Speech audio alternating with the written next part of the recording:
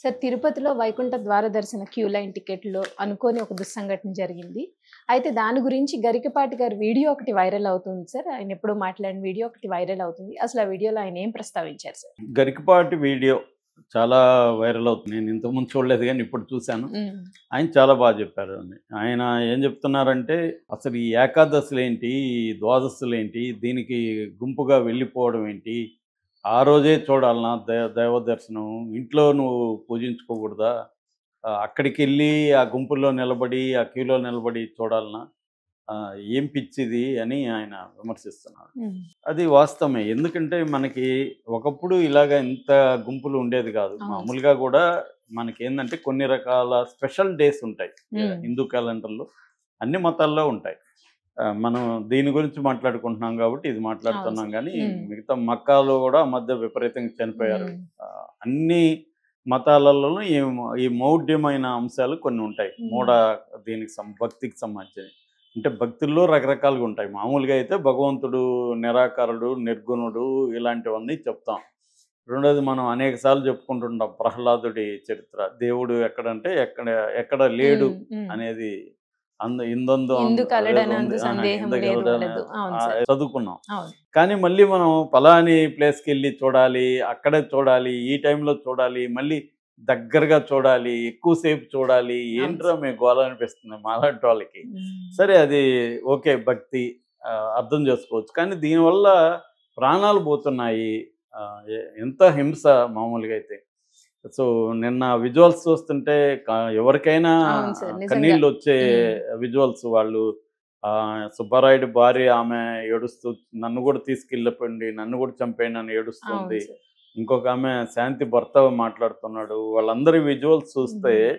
చాలా బాధేస్తుంది. హ్మ్. వాళ్ళ కూర్చోండే విజువల్స్ నాకెప్పుడు పోయినా ఇదే ఎందుకు ఇంత దీనంగా వీళ్ళు పాపం ఇంత కష్టాలు పడి చాలా ముసలి వాళ్ళు కష్టాలు ఏజ్ సరిగ్గా లేనోళ్ళు వాళ్ళందరూ కూడా వచ్చుంటారు. అంటే ప్రతి ఒక్కరికి మనకి ఏదో వీళ్ళకి ఉద్యోగం లేదనో, ఆరోగ్యం బాలేదనో, ఇంట్లో అవును సమస్యలో సార్. ఇవి ఉంటాయి. ఏవో రెండోది సమస్యలు. లేదు ముసలోళ్ళయినాక వచ్చే జన్మలో కర్మ సిద్ధాంతం మనకుంటది హ్మ్. గదా! నేను స్వర్గానికెళ్ళాలి, నాకు మంచి ఇదివ్వు, ముక్తి ప్రసాదించు ఇట్లాంటివేవో వీళ్ళకుంటాయి. ఇదంతా మంచిదే. కానీ ఏమవుతుందంటే లాజిస్టికల్ ప్రాబ్లమ్స్ లక్షల మందొస్తే మనం ఎవరినో నిందించేయడం పోలీసులదో తప్పనో ఇంకోటో గానీ హ్మ్. జనం గూడా అలా వెళ్ళాలి. ఇప్పుడు ఇక్కడే తీసుకోండి. 9వ తేదీ మార్నింగ్ 5 గంటలకు టికెట్లు ఇస్తామని ప్రకటించారు. హ్మ్. 90 కౌంటర్‌లు పెట్టారు. 8 సెంటర్‌లు పెట్టి 90 కౌంటర్‌లు పెట్టారు. అవన్నీ కూడా ఆర్గనైజ్ చేశారు. ఏది ఆ క్యూ లైన్‌లు అవును అవన్నీ సార్. గూడా నీట్‌గానే ఆర్గనైజ్ చేశారు. అవన్నీ చేశారు. వీళ్ళేందండి ముందు రోజు మార్నింగ్ 10కి ఎందుకెళ్ళాలండి ఆ హ్మ్. ప్లేస్‌కి? Correct sir. అవును. 10కి ఎందుకెళ్ళాలి? అంటే అంటే ఎక్కడ మనకి మేమే మిస్ ఆ! అయిపోతుందో, మేము మేమే ఫస్ట్ ముందుండాలా? చూసేసుకోవాలి. మేమే ఈ ఫస్ట్ దర్శనం ఈ చేసుకోవాలనే ధోరణి ఒక ప్రతి దగ్గర మనకి ఇంతకుముందు కూడా రైల్వేల్లో క్యూలు అవును సార్. చాలామంది క్యూలో నిలబడరు. వాడేదో ఆ! దర్జాగా వెళ్ళబోతుంటారు. పక్క నుంచి మనకి వెళ్ళిపోవడం. ఈ పిచ్చి ఎక్కువ అండి. అందరికంటే ముందు అన్న పిచ్చి అందరికి అందుతుందని తెలిసినా కూడా మాకు అవును కావాలి సార్. ముందనేది ఇండియాలో ఎక్కువ కనపడుతుంది. హ్మ్. మిగతా దేశాలు నేను చూడలేదు గానీ ఎక్కడ పోయినా ఈ పిచ్చి ఒకటుంది. దీన్ని ఈయన ప్రశ్నించారు. మీకు భక్తి ఇప్పుడు ఇదే ముక్కోటి ఏకాదశి ఇంట్లో జరపదు. ఇందాక కూడా నేనొస్తా ఇక్కడ మన సత్యసాయి హ్మ్. నిగమం హ్మ్. చూస్తే ఆ రోడ్డంతా క్రౌడ్. ఎందుకంటే అదేదో ఇంట్లో పూజించుకోవచ్చు కదా! ఇక్కడికొస్తేనేనా అంటే చిన్న అడ్వెంచర్ కావాలి జనాలకి. హ్మ్. సో, రకరకాల కారణాలతో స్త్రీలైతే మంచి బట్టలు కట్టుకొని, చీరలు కట్టుకొని గుళ్ళకి అంటే చాలామంది వైకుంఠ ద్వార దర్శనం ఈ రోజే జరుగుతుంది దూరదర్శన్ అన్న ఈరోజే అనే దీంతో ఒక ఇది వస్తారు ఉంది. సార్ చాలా మంది. సో, ఇది ఈ పిచ్చిని ఆయన అంటే ఏదైనా ప్రతిదానికి ఒక లిమిటేషన్ హ్మ్. ఉండాలా. అది ఎక్స్‌ట్రీమ్‌కెళ్ళిపోతే పిచ్చిగా మారి అది ఇదవుతుంది. ఇప్పుడు అక్కడ గూడా అంతే. వాళ్ళు నిజానికి పోలీసులు చెప్తున్న దాని ప్రకారం ఒక మహిళకు అస్వస్థత అయితే తీసుకెళ్ళాలి. చిన్న గేట్ ఓపెన్ చేస్తే తెరుచుకోలేదు. హ్మ్. పెద్ద గేట్ ఓపెన్ చేయాలి. వాళ్ళు ఊహించలేదు. వీళ్ళు అదే సార్. అవును. వీళ్ళకి హ్మ్. ఆల్రెడీ చెప్పాడు. 12 గంటల వరకు అర్ధరాత్రి 12 గంటల వరకు మీకు టికెట్లు టికెట్లు ఇవ్వమని ఉండవు. చెప్పినాక హ్మ్. హ్మ్. వీళ్ళు సైలెంట్‌గా ఉండాలి గదా! కానీ వాళ్ళ పాయింట్ ఆఫ్ వ్యూ నుంచి చూస్తే మార్నింగ్ నుంచి వాళ్ళు అక్కడ కూర్చున్నారు. నీళ్లు లేవు, భోజనం లేదు, అలసిపోయున్నారు. టికెట్లు ఇస్తున్నారు అనేసరికి వాళ్ళు పరుగులెత్తారు. సో, ఇది అంటే ఫస్ట్ ఎవర్ క్యూలో ఇదే సిస్టమే రాంగ్ ఇక్కడ. దీనికి టోకెన్ ఇచ్చేదే అందరికీ హ్మ్. టోకెన్ వారీగా ఇస్తామని. మళ్ళీ టోకన్లప్పుడే చనిపోవడం అనేది చాలా తీవ్రమైనది. ఇది అన్నిందరికి వర్తిస్తుంది. ఈయన భక్తి గురించి చెప్తున్నాడు కాబట్టి చెప్పాడు. కానీ నిజానికి ఇప్పుడు రాజకీయ సభలలో కూడా ఆ మధ్య చంద్రబాబుది కందుకూరులో చనిపోయారు, గుంటూరులో చనిపోయారు, పవన్ కళ్యాణ్ సభల్లో చనిపోయారు, జగన్ సభల్లో చనిపోయారు. అందరికీ ఈ పిచ్చే ఉంది. పోటీలు అంటే చిన్న వీధుల్లో ఎక్కువ మందిని ఇరికిచ్చి పైనుంచి డ్రోన్స్ తీసి మాకు ఎక్కువ మంది వచ్చారని తెలుగుదేశం, మాకు ఎక్కువ మంది వచ్చారని జనసేన. ఏంటి గొడవలు? ఇప్పుడు అమెరికా లాంటి సిస్టమ్ అయితే అవేముండవు. ఎక్కడో ఒక హాల్ బుక్ చేసుకొని ఇద్దరు వాదులాడుకుంటారు, కొంతమంది ఉంటారు. ఇది టీవీలోనూ చూడొచ్చు. వాళ్ళ టెక్నాలజీ వచ్చింది. ఇప్పుడు పాతకాలం. అదే విధంగా బ్యాన్ చేస్తే పోతుంది. పబ్లిక్ సభలకి జరపకూడదు. ఏమన్నా ఉంటే మీరు ఇళ్లలో ఎక్కడ చిన్న హాళ్ళల్లో మాట్లాడుకోండి, అవి ప్రసారం చేసుకోండి, లైవ్ చేసుకోండి అనేది చేసుకుంటే ఎవరికి వాడు ఫోన్లలో చూసుకుంటారు కదా. క్రికెట్ ఎలా చూస్తాము అలాగే రాజకీయ సభలు ఉండొచ్చు.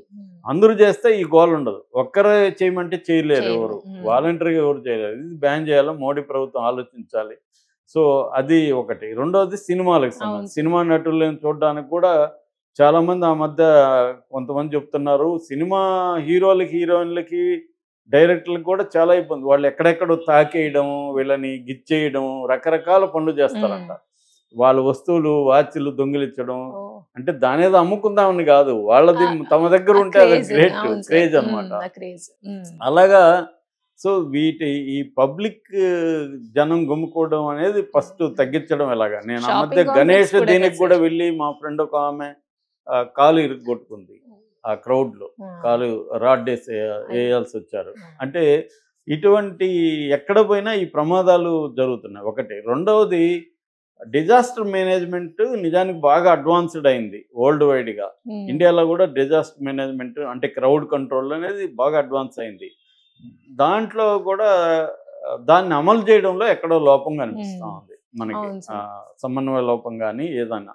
సో ఈయన చెప్పడం అయితే ఖచ్చితంగా అప్రిషియేట్ చేయాలి. అందరూ కూడా చెప్పాలి మనం, అరే ఈ క్రౌడ్లు ఏంది, ఏదన్నా అక్కడ ఏదో ఫిష్ మనకి చేపల ఇది పెడతారు కదా, అక్కడ అంతే చేప మందు, అక్కడ క్రౌడే. ఎవరు చికెన్ ఫ్రీ అన్నారంటే అక్కడ క్రౌడే. అంటే మన జనం కూడా ఎందుకు పోవాలి shopping malls full crowd, shopping malls చిన్న బిడ్డలను తీసుకొని వచ్చేసి ఉంటారండి. వాళ్ళని చూస్తే ఇంత చిన్న బిడ్డలు తీసుకొని ఇంత క్రౌడ్కి వచ్చారా వీళ్ళు అనిపిస్తుంది మనకి. మొన్న బుక్ ఎగ్జిబిషన్ పోతే కూడా ఇలాంటి వాళ్ళు చిన్న బిడ్డలను వేసుకొని తిరుగుతున్నారు ఆడ. ఏంది పిచ్చి అనిపిస్తుంది. సో జనం ఏం చెప్పినట్టుగా ఏకాదశో ఇంకోటో అని చెప్పి పరుగులెత్తాల్సిన అవసరం లేదు. నిజంగా హిందూ మత సారాన్ని నమ్మితే, సారం అనేది ఏం చెప్తుంది, బేసిక్గా దేవుడు నిర్గుణుడు, నిరాకారుడు, ఎక్కడంటే అక్కడ ఉంటాడు, నీలో ఉంటాడు, నాలో ఉంటాడు అని చెప్పినప్పుడు సపరేట్గా ఎక్కడో పోయి ఆ రోజు కొబ్బరికాయ కొట్టేస్తేనే దేవుడు అనే దీన్ని ఈ వేలం వేర్రు అంటారు కదా, దీన్ని తగ్గించుకోవాలి. ఈయన ఆ విషయంలో నేను మొన్న కూడా ఆయన వీడియోలు చెప్పాను. ఆ విషయంలో ఈయన ఎంతో మెరుగు మూఢనమ్మకాలని ఈయన ప్రోత్సహించాడు గరికపాటి. సో ఆ విషయంలో అప్రిషియేట్ చేయాలి. ఎందుకంటే గరికపాటి వాళ్ళు మాలాంటి వాళ్ళు చెప్తే వీడు హేతువాది చెప్పాడని తిడతారు. గరికపాటి లాంటి వాళ్ళు చెప్పాలి. ముఖ్యంగా దేవుడిని నమ్మేవాళ్ళు, ఈ పూజా భక్తి ఉన్నవాళ్ళు చెప్తే ఎక్కువగా ప్రభావం ఉంటుంది. ఇప్పుడు మేము ఏది చెప్పినా నెగిటివ్గా తీసుకుంటారు, అసలు వాళ్ళు యాక్సెప్ట్ చేయరు.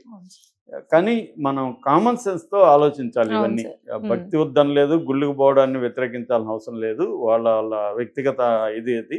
కానీ ఇట్లాంటి గుంపులు రేపు ఇప్పుడు మహాకుంభ జరుపుతుంది, మరి ఎన్ని ఏర్పాట్లు బాగానే చేస్తున్నట్టుగానే మనకు తెలుస్తుంది. కానీ ఎన్ని జరిగినా జరుగుతాయండి ఖచ్చితంగా. ఎందుకంటే జనాన్ని వీళ్ళు అనుకునే దానికంటే ఎక్కువ వస్తారు జనాలు. సమ్మక్క సారక్క అప్పుడు కూడా జరిగింది. సో ఇవి ప్రభుత్వాలు కూడా ఈ మధ్య ఏంటంటే దీనివల్ల రెవెన్యూ కూడా వస్తుంది, దీనికోసం కూడా వాళ్ళు పెద్ద ఎత్తున చేస్తారు. కానీ మన ఇన్ఫ్రాస్ట్రక్చరు, పబ్లిక్ డీసెన్సీ ఇవన్నీ లేవు, మనకి ప్రాబ్లం ఉంది. సో అందువల్ల ఇవి జరుగుతుంటాయి.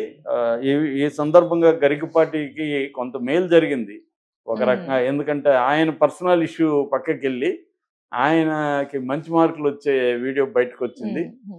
లక్కీగా ఆయన సాల్వ్ కూడా చేసుకున్నట్టుగా మనకు కనబడుతుంది.